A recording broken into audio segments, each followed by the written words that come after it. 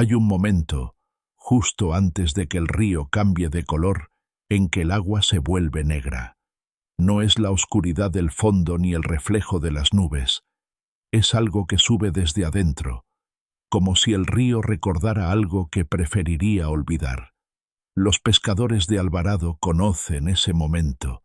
Lo conocen porque sus abuelos se los enseñaron, y los abuelos de sus abuelos antes que ellos. Y todos, sin excepción, apartan la mirada cuando ocurre, porque lo que flota en esa agua negra no siempre es una rama, no siempre es espuma. A veces tiene forma de velo, a veces tiene forma de manos. Si este tipo de historias te sacuden por dentro, si sientes que el terror verdadero no viene de las sombras sino de lo que dejamos atrás, suscríbete a este canal. Aquí narramos lo que el silencio no puede guardar. Alvarado es un puerto pequeño en el estado de Veracruz, encajado entre la laguna de Alvarado y el río Papaloapán, ese río que los totonacas llamaban alguna vez el río de las mariposas. El nombre suena delicado, casi inocente, pero los ríos que llevan nombres hermosos suelen esconder las historias más oscuras en su corriente. El Papaloapán ha arrastrado canoas, redes, cuerpos y secretos desde antes de que los españoles llegaran a levantar sus fortalezas de cal y canto sobre las ruinas de los templos. Es un río con memoria, y la memoria de los ríos no se borra, solo se hunde. El puerto de Alvarado tiene fama de ser uno de los lugares más singulares del Veracruz profundo. Sus habitantes hablan con un acento propio, cantado y brusco al mismo tiempo, mezcla de español antiguo, influencia africana e indígena, y esa particular forma de ver el mundo que solo se desarrolla cuando uno vive entre el agua y la muerte desde la infancia. Los alvaradeños son gente de mar y de laguna, gente que sabe leer el viento antes de que llegue, que conoce el nombre de los corrientes y que entiende, sin que nadie se lo explique, que hay cosas que pertenecen al agua y no deben ser sacadas de ella. El puente que une a Alvarado con el resto del estado se inauguró en su versión moderna en la segunda mitad del siglo XX, pero en ese mismo sitio, o cerca de él, siempre hubo algún cruce, una barca primero, luego una estructura de madera que el río se tragó en una crecida, luego otra y otra, como si el agua se negara a ser domada, como si hubiera algo en ese punto exacto del río que resistiera la idea de ser conectado con la orilla opuesta. Los ingenieros que trabajaron en la construcción del puente moderno encontraron, en los pilotes más profundos, restos de madera carbonizada de estructuras anteriores. También encontraron, según cuentan los trabajadores de aquella época, algo que ninguno supo explicar del todo. Una sábana blanca enredada en las raíces de un árbol sumergido, a varios metros de profundidad, con lo que parecía ser un ramo de flores secas atado a una de sus esquinas. Nadie reclamó la sábana. Nadie preguntó por ella. Uno de los trabajadores, un hombre de nombre Crescencio Montoya, de unos 50 años en aquel entonces, dijo simplemente que había que devolverla al agua. Y así se hizo, sin preguntas, porque en Alvarado hay cosas que se hacen sin necesidad de explicación. La historia de la novia del puente no tiene una fecha de nacimiento precisa. No hay un periódico que registre el suceso original. No hay una partida de defunción que lleve ese nombre.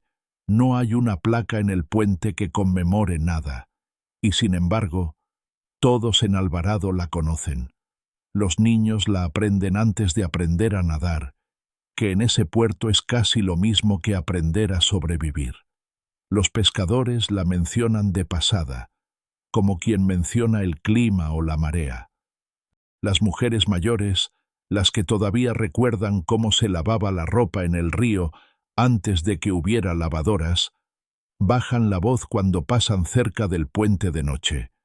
no porque tengan miedo exactamente, sino porque le tienen respeto, que es diferente. El miedo te hace correr, el respeto te hace detenerte. Se dice que en algún momento entre finales del siglo XIX y las primeras décadas del siglo XX, una muchacha de familia acomodada de Alvarado se comprometió en matrimonio con un hombre que llegó de fuera.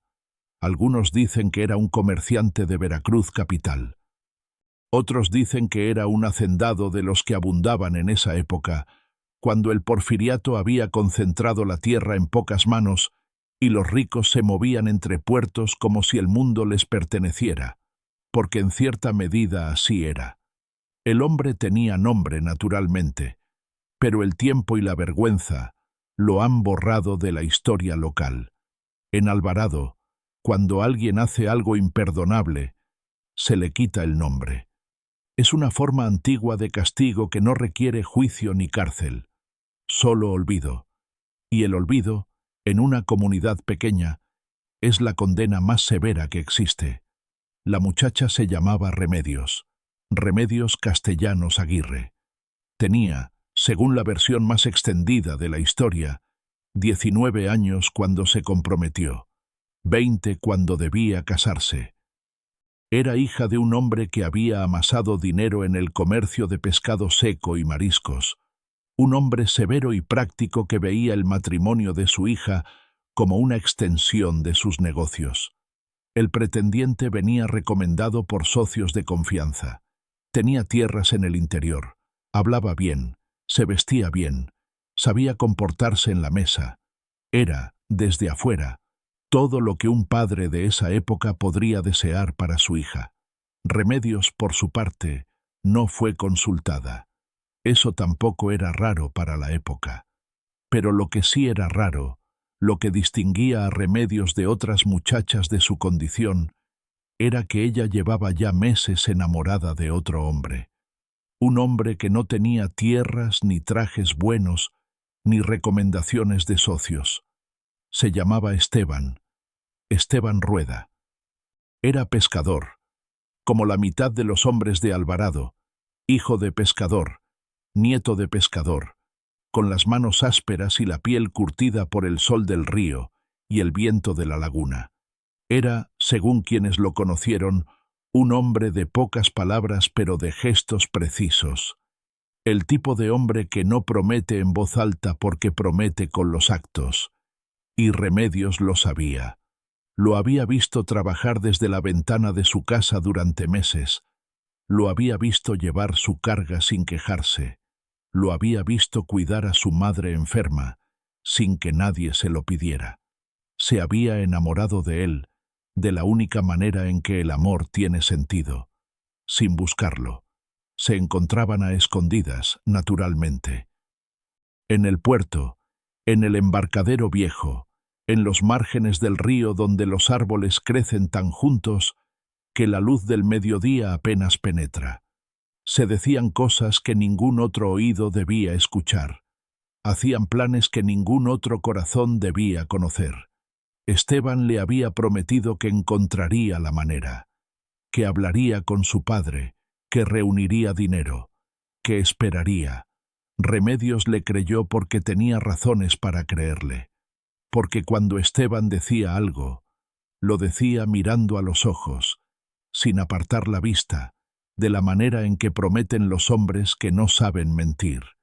Pero el padre de Remedios se enteró. No se sabe cómo. En los pueblos pequeños siempre hay alguien que ve lo que no debería ver, que escucha lo que no le corresponde escuchar, que lleva noticias por razones que mezclan la envidia con la lealtad mal entendida. El caso es que el señor Castellanos supo de Esteban, supo de los encuentros en el embarcadero, supo de las promesas, y procedió con la frialdad de un hombre de negocios que ha visto una transacción amenazada. Primero habló con Esteban directamente, en privado, con la claridad seca de quien no está acostumbrado a que le contradigan. Le dijo que su hija no era para él. Le dijo que si volvía a acercarse, habría consecuencias. Le dijo, Y esto es lo que los viejos de Alvarado recuerdan con más amargura, que un pescador no tiene nada que ofrecer excepto olor a pescado. Esteban no respondió. Se fue. Y eso, que en otro hombre habría sido cobardía, en él fue algo diferente. Era un hombre que sabía cuándo pelear y cuándo esperar. Esperó. La boda fue fijada para un sábado de marzo. El mes de marzo en Alvarado es caluroso y húmedo, con ese calor pegajoso que se adhiere a la ropa y a la piel y que hace que todo parezca más urgente, más irrespirable. Se preparó todo con la meticulosidad de quien quiere demostrar algo. El vestido de Remedios fue encargado a una costurera de Veracruz, de tela blanca con encaje en el cuello y las mangas, con una cola que barría el suelo. Los arreglos florales eran de gardenias, porque las gardenias duran más que otras flores en el calor, y porque el padre de Remedios era un hombre práctico incluso en los detalles sentimentales. Remedios se vistió esa mañana en silencio. Su madre la ayudó con los botones del vestido sin decir nada de lo que ambas pensaban. Hay un silencio entre madre e hija que no necesita palabras, porque las palabras no alcanzarían de todas formas. Remedios se miró en el espejo y vio una mujer que no reconocía del todo. Hermosa, sí, correctamente ataviada, sí, pero con algo en los ojos que no era alegría. Era la mirada de alguien que ya ha tomado una decisión pero todavía no sabe cuál. La iglesia estaba llena. En Alvarado, las bodas de las familias con dinero son eventos comunitarios, y la gente asiste no solo por invitación, sino por costumbre, por curiosidad, por ese impulso humano de ser testigo de los momentos importantes, aunque no te incumban. La procesión desde la casa de los Castellanos hasta la iglesia recorrió varias calles del centro. Remedios caminó bajo el sol de marzo con el velo sobre el rostro y las gardenias en las manos. La gente la miraba pasar. Algunos decían que estaba preciosa. Algunos notaron que no sonreía.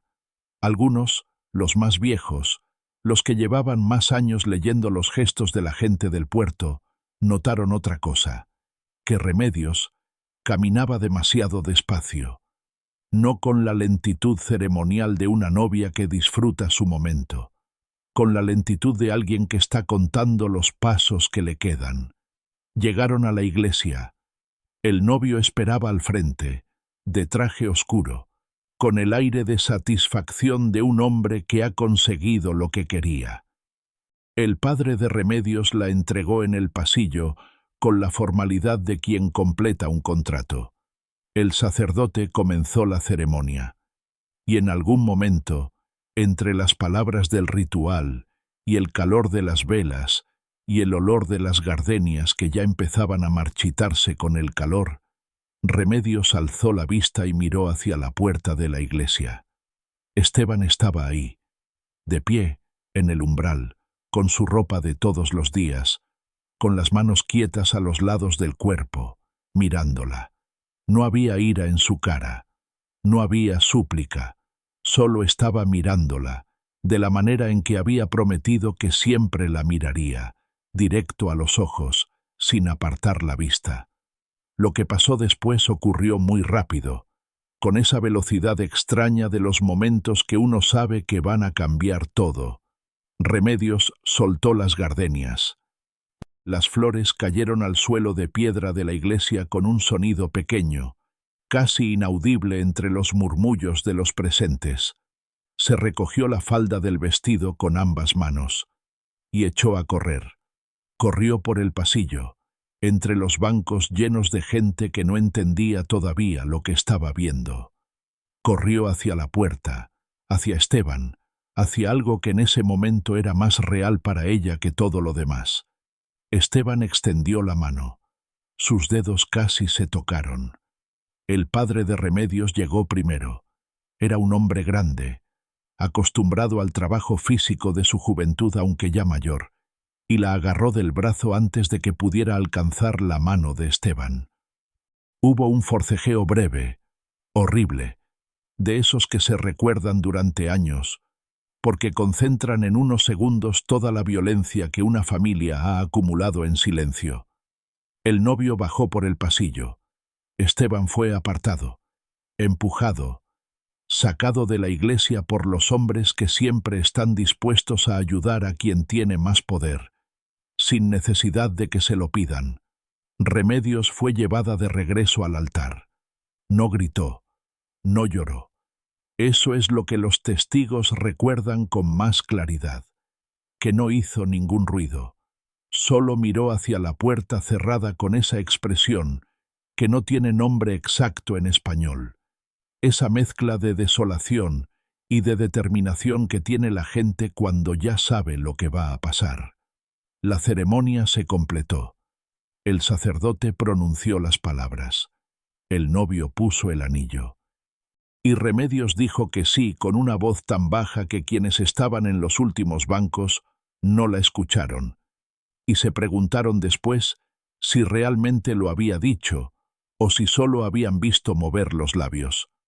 Esa noche hubo fiesta en la casa de los Castellanos, música de marimba, comida abundante, mezcal y cerveza para los hombres, agua de Jamaica para las mujeres. El novio bebió y rió y habló de sus tierras en el interior. El padre de Remedios supervisó todo, con la satisfacción silenciosa del hombre que ha puesto las cosas en su lugar. Remedios estuvo presente en la fiesta, porque tenía que estar. Saludó a la gente que la saludaba. Recibió los abrazos que se esperaban de ella. Y en algún momento de la noche, cuando la música estaba en su punto más alto, y el mezcal había hecho su trabajo, y nadie estaba mirando con cuidado, simplemente no estaba. Tardaron media hora en notar su ausencia, luego otra media hora en aceptar que no estaba en el baño, ni en su cuarto, ni en el jardín. Luego comenzaron a buscarla en la calle, en las casas vecinas, en la orilla del río que estaba a 3 cuadras de la casa familiar. El novio seguía bebiendo, ya demasiado borracho para entender del todo lo que estaba pasando. El padre de Remedios buscaba con una linterna, y con esa expresión de los hombres que saben que han perdido algo pero todavía no están seguros de qué. La encontraron al amanecer, no en el río, en el puente, en el cruce antiguo que conectaba Alvarado con la otra orilla, sobre el Papaloapan. Estaba de pie sobre el barandal, con el vestido de novia todavía puesto, el velo suelto moviéndose con el viento del río, las gardenias que alguien le había devuelto o que ella misma había recogido del suelo de la iglesia, apretadas contra el pecho. Miraba el agua. Varios hombres intentaron hablarle. Le hablaron con cuidado, con esa delicadeza torpe de la gente que no sabe cómo acercarse al borde. Remedios no respondió, solo miraba el agua. El río estaba oscuro todavía, con esa oscuridad previa al amanecer que lo hace parecer infinitamente profundo. Y entonces ocurrió algo que nadie supo explicar bien después. El agua, en el punto exacto debajo de donde Remedios estaba de pie, se volvió más oscura. Un negro distinto, como si algo subiera desde el fondo. Remedios saltó antes de que alguien pudiera llegar a ella. El Papaloapan se la llevó rápido, con esa eficiencia brutal de los ríos grandes cuando deciden reclamar algo. La buscaron durante días. Dragaron el fondo cerca del puente. Enviaron lanchas río abajo. Hablaron con los pescadores de los pueblos aguas abajo para que estuvieran atentos. El río devolvió algunas cosas. El velo, enredado en las raíces de un árbol a 2 kilómetros del puente. Un zapato blanco, de tacón bajo, encontrado en la orilla opuesta 3 días después.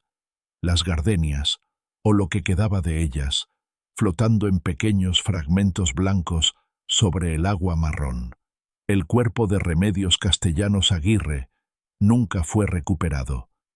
El novio abandonó Alvarado a la semana siguiente, sin despedirse de nadie en el primer barco que encontró. Su nombre comenzó a borrarse de la memoria colectiva con esa velocidad que tiene el olvido cuando la comunidad decide ejercerlo de manera consciente. El padre de Remedios envejeció 10 años en un mes. Vivió muchos años más, pero quienes lo conocían decían que algo en él se había apagado, no por la muerte de su hija, sino por la manera en que había muerto, que era diferente. Era el peso de saber que podrías haberlo evitado, y no lo hiciste. Ese es el peso más difícil de cargar porque no tiene remedio. Esteban Rueda se fue de Alvarado poco después. Nadie sabe exactamente a dónde. Algunos dicen que se fue a trabajar a las obras del ferrocarril en el interior. Otros dicen que se internó en el monte y que nadie volvió a saber de él. Hay quien dice, y esto es solo un rumor de los muchos que circulan en los puertos pequeños, que Esteban volvió una sola vez, años después, ya viejo, y que fue al puente de noche y estuvo ahí un largo rato mirando el agua, que cuando se fue, dejó un ramo de flores sobre el barandal, flores del río, de esas que crecen silvestres en las orillas, sin nombre cultivado, sin precio en ningún mercado, solo flores del agua, para alguien que pertenecía al agua. La primera aparición de la novia del puente fue reportada, según los relatos más viejos, aproximadamente 2 años después de la muerte de Remedios. Un pescador de nombre Abundio Herrera, que cruzaba el puente de madrugada de regreso de una faena nocturna, vio a una mujer de blanco de pie sobre el barandal.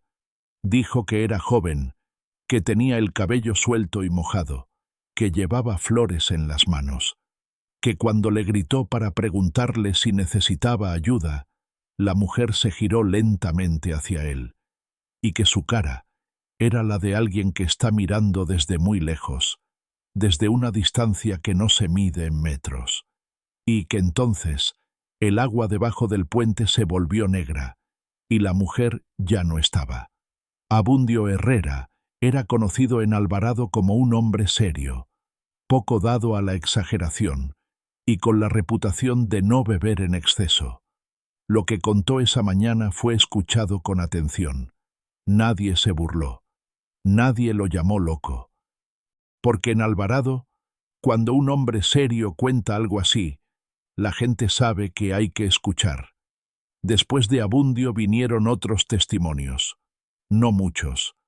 La novia del puente no es de esas presencias que se aparecen a todo el mundo ni en cualquier momento.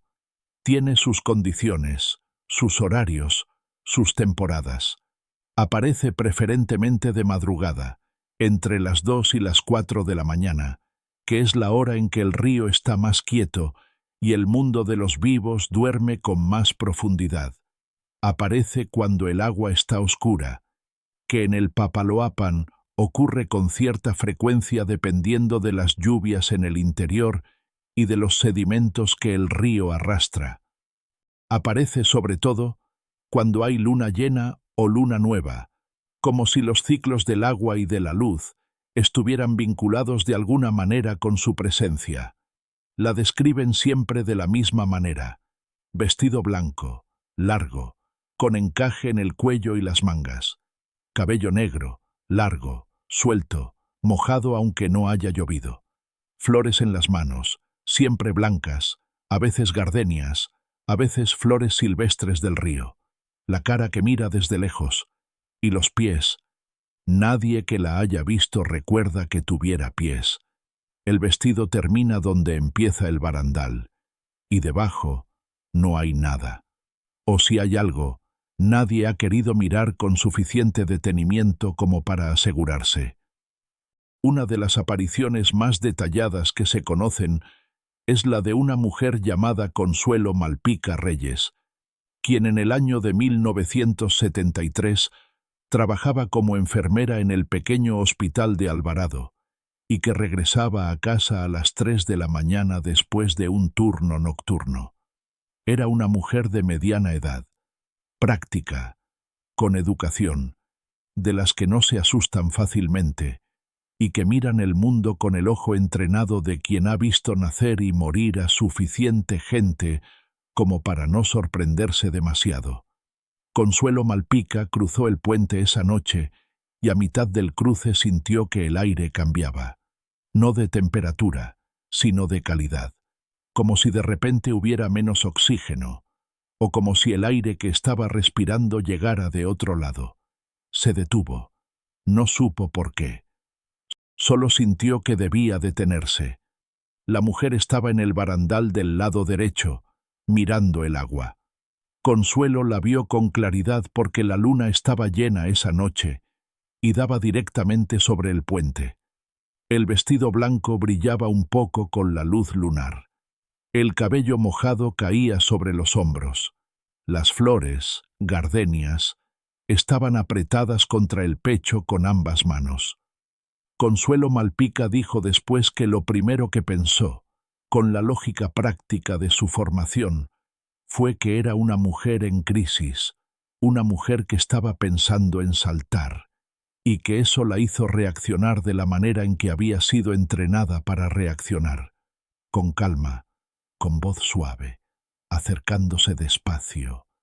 Le habló, le dijo que no estuviera asustada, le dijo que la ayudaría, le dijo que no estaba sola. La mujer del vestido blanco se giró hacia ella. Consuelo Malpica dijo que la cara que vio en ese momento era una cara que reconocía, aunque nunca había conocido a Remedios Castellanos en vida. Era una cara que reconocía de la misma manera en que uno reconoce ciertas caras en sueños, sin poder explicar de dónde vienen, sabiendo sin embargo con certeza absoluta quién es. Era una cara de dolor, sí, pero no el dolor agudo de una crisis. Era el dolor antiguo, asentado, de quien lleva mucho tiempo cargando algo que no tiene cómo soltar. La mujer del vestido blanco abrió la boca. Y Consuelo Malpica escuchó, no con los oídos exactamente, sino con algo más profundo, con esa parte del cuerpo que no tiene nombre anatómico pero que todos reconocen, escuchó una sola frase. Todavía estoy esperando. Después el agua se oscureció, y la mujer no estaba. Consuelo Malpica llegó a su casa temblando. No durmió esa noche. A la mañana siguiente fue a buscar a una de las mujeres mayores del puerto, una señora de nombre Dolores Aponte, que tenía fama de conocer las historias antiguas de Alvarado mejor que nadie. Le contó lo que había visto. La señora Dolores la escuchó sin interrumpirla, con esa paciencia de quien ya ha escuchado la historia antes, aunque con distintos narradores. Cuando Consuelo terminó de hablar, la señora Dolores sirvió 2 tazas de café y dijo, con la calma con que se dicen las verdades que no tienen remedio, es Remedios. Sigue esperando a Esteban, y Esteban nunca va a volver porque Esteban ya está muerto. Así que ella va a seguir esperando. Eso fue lo que la señora Dolores dijo, y en Alvarado nadie discutió esa interpretación, porque en Alvarado saben que hay promesas que son más fuertes que la muerte, y que cuando alguien muere esperando, el esperar no termina solo porque el cuerpo ya no esté. A lo largo de los años, los avistamientos se fueron acumulando con la lentitud constante de las leyendas que son verdad, o que al menos son verdaderas para quienes las viven. No hay un registro oficial, naturalmente. Nadie llama a la policía para reportar una novia fantasma, pero existe una tradición oral en Alvarado, transmitida con la misma seriedad con que se transmiten las técnicas de pesca o las recetas de las salsas locales, que recoge estos testimonios y les da un lugar de respeto, no de entretenimiento.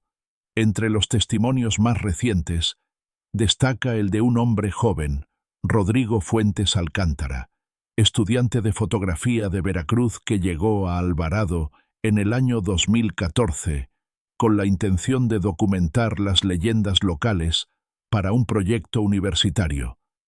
Era, como suelen ser los estudiantes de ciudades que van a documentar leyendas de pueblos, un poco escéptico, un poco condescendiente sin saberlo, con esa confianza de quien cree que tiene las herramientas intelectuales para entender lo que los locales no pueden.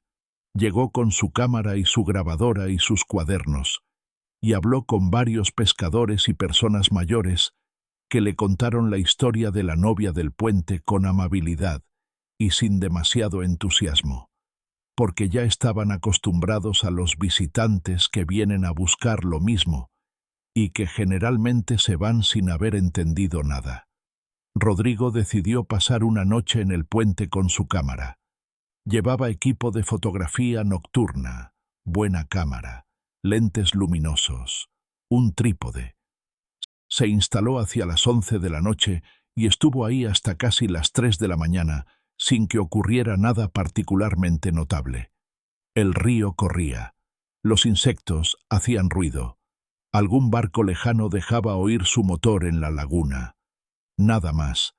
Y entonces, alrededor de las 3:15 de la mañana, el agua debajo del puente se oscureció. Rodrigo lo vio a través del visor de su cámara. Había estado fotografiando el reflejo de la luna en el agua, y en el visor vio cómo ese reflejo desaparecía bajo una mancha oscura que subía desde el fondo. Movió la cámara, apuntó hacia el barandal opuesto, y vio, con esa claridad fría que da el visor de una cámara de buena calidad, la figura de una mujer de blanco. Rodrigo tomó fotografías, varias, con diferentes configuraciones, y después, como la mayoría de la gente que ve algo que no debería existir, hizo lo que hace la mayoría: corrió. Al día siguiente revisó las fotografías. En algunas de ellas, el barandal aparecía claramente vacío. En otras, había algo, una forma blanca, difusa, con la geometría aproximada de una figura humana.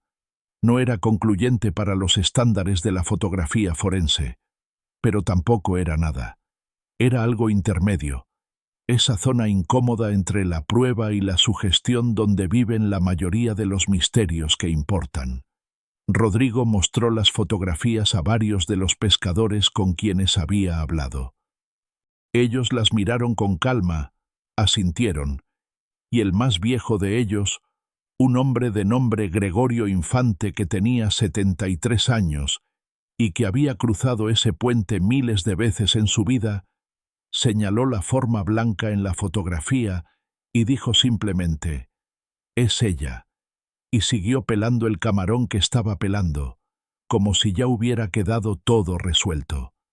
Rodrigo se fue de Alvarado con sus fotografías y sus cuadernos, y una sensación que no supo nombrar durante mucho tiempo. No exactamente miedo, no exactamente fascinación, algo más cercano a la culpa, como si hubiera entrado en un dolor ajeno sin ser invitado, como si hubiera apuntado su cámara a algo que no estaba ahí para ser fotografiado. El puente de Alvarado sigue ahí. Lo cruzas si vas hacia el sur de Veracruz, si vas hacia los pueblos del Papaloapan, si vas a Tlacotalpan o a Tuxtepec o más lejos. Es un puente normal en todos los sentidos que importan en el día. Tiene tráfico, tiene camiones, tiene motocicletas y bicicletas, y gente que camina con prisa porque tiene a dónde ir. En el día, el río brilla, marrón y vivo, y los pelícanos vuelan bajo, y los pescadores van y vienen con sus redes. Pero de madrugada, cuando el tráfico se detiene y la luna o su ausencia bañan el agua con esa luz que cambia la escala de todo, hay quienes prefieren no cruzarlo solos, no por cobardía, sino por respeto, porque saben que hay algo en ese punto del río que no se ha resuelto, que sigue pendiente, que sigue esperando. Hay una práctica que algunos pescadores de Alvarado mantienen todavía, transmitida de generación en generación sin que nadie la haya decretado ni escrito en ningún lugar. Cuando pasan con su lancha por debajo del puente de noche, especialmente en luna llena o en luna nueva, arrojan al agua un puñado de flores, no gardenias, porque las gardenias son caras Y los pescadores no son gente de lujos, sino flores del río, las mismas que crecen en las orillas sin que nadie las plante, las mismas que Esteban habría llevado al puente aquella noche que tal vez ocurrió, cuando volvió viejo a decirle adiós a lo que no pudo ser. Nadie sabe exactamente cuándo comenzó esa costumbre. Nadie sabe si realmente ayuda, pero todos dicen que después de arrojar las flores, el agua vuelve a su color normal, y que en ocasiones, muy pocas, muy raras, en las noches en que el río está más quieto y el mundo más dormido, se escucha desde el agua un sonido que podría ser el viento entre los pilotes del puente, o podría ser otra cosa, un sonido que no es exactamente un llanto, que no es exactamente una voz, que es algo intermedio, algo que viene de ese lugar donde el dolor y el amor no son dos cosas separadas, sino la misma herida vista desde dos ángulos distintos. Remedios castellanos. Aguirre murió un sábado de marzo, en el año que el tiempo ha preferido no precisar, en el punto donde el río Papaloapan lleva su carga oscura hacia el mar. Murió vestida de novia, con flores en las manos, mirando el agua que era negra. Murió porque la obligaron a elegir entre lo que su familia quería para ella y lo que ella quería para sí misma, y porque en ese momento de la historia de México y del mundo, esa no era realmente una elección, sino una trampa con dos salidas, y solo una de ellas era soportable. No murió de amor, exactamente. Eso es lo que la gente dice, pero eso no es del todo exacto. Murió de la violencia invisible que se llama control cuando la ejerce una familia, y que se llama destino cuando lo acepta la sociedad. Murió de esa forma particular de muerte que no aparece en los certificados de defunción, pero que es tan real como cualquier enfermedad. La muerte de quien se ve obligado a vivir una vida que no es suya. Y es por eso, tal vez, que no se fue del todo. Porque las muertes que tienen una injusticia adentro no se cierran solas. Necesitan algo. No venganza, que es lo que la gente siempre imagina cuando piensa en fantasmas. No castigo, solo reconocimiento. Solo que alguien, en algún momento, diga en voz alta lo que pasó y lo llame por su nombre. Lo que pasó es esto. Una muchacha de 20 años amó a quien quiso amar. Su familia se lo impidió con la fuerza que da el dinero y la costumbre. Ella eligió el único camino que le quedaba, que no era un camino, sino un río. Y el río la guardó, como guardan los ríos a sus muertos, sin devolver lo que les han dado, porque los ríos también tienen su forma de amar lo que reciben. Esteban, si es que Esteban existe todavía en alguna forma que no sea recuerdo, tampoco está en paz. Eso es lo que la historia insinúa, lo que los más viejos de Alvarado dicen cuando bajan suficiente la voz, que el agua negra no es solo remedios, que hay dos oscuridades en ese punto del río, dos personas esperando, una en el puente, otra en el fondo, y que lo que los mantiene a ambos ahí no es el odio ni la venganza, sino algo más antiguo y más difícil de extinguir. La promesa de que iban a encontrar la manera, de que habría tiempo, de que todo se resolvería. A veces las promesas son más largas que la vida, a veces son más largas que la muerte. El río sigue corriendo, el puente sigue en pie, el agua en ciertos momentos de la madrugada se oscurece desde adentro. Y en el barandal, si cruzas a la hora equivocada con el corazón lo suficientemente quieto como para notar lo que no debe notarse, puede que veas algo blanco, puede que escuches algo que el viento no explica del todo, puede que sientas, por un segundo brevísimo, el peso de una mirada que viene de muy lejos, de ese lugar donde el amor y el dolor llevan más de 100 años esperando que alguien cumpla lo que prometió. No te detengas demasiado tiempo, no por miedo, sino porque hay dolores que no son tuyos, y mirarlos demasiado fijo es una forma de entrar en ellos, Y hay lugares en el mundo, hay puntos exactos sobre ríos oscuros, donde la frontera entre los que siguen esperando y los que todavía no han aprendido a esperar es más delgada de lo que uno querría creer. Arroja flores si tienes. Del río, de las que no cuestan nada, de las que crecen donde nadie las planta. Y sigue caminando. Eso es todo lo que puedes hacer. Eso, y no olvidar que el agua recuerda lo que el tiempo prefiere borrar. El Papaloapan corre hacia el mar. Lleva todo lo que ha recibido. Lo lleva con cuidado, con esa dignidad oscura de los ríos que han cargado demasiado y que sin embargo siguen fluyendo, porque los ríos no tienen la opción de detenerse, y tal vez eso también es una forma de amor. Seguir, aunque duela, aunque el peso sea demasiado, aunque en el fondo, entre la oscuridad y el lodo y las raíces de los árboles que nunca ven la luz, haya algo blanco que todavía espera.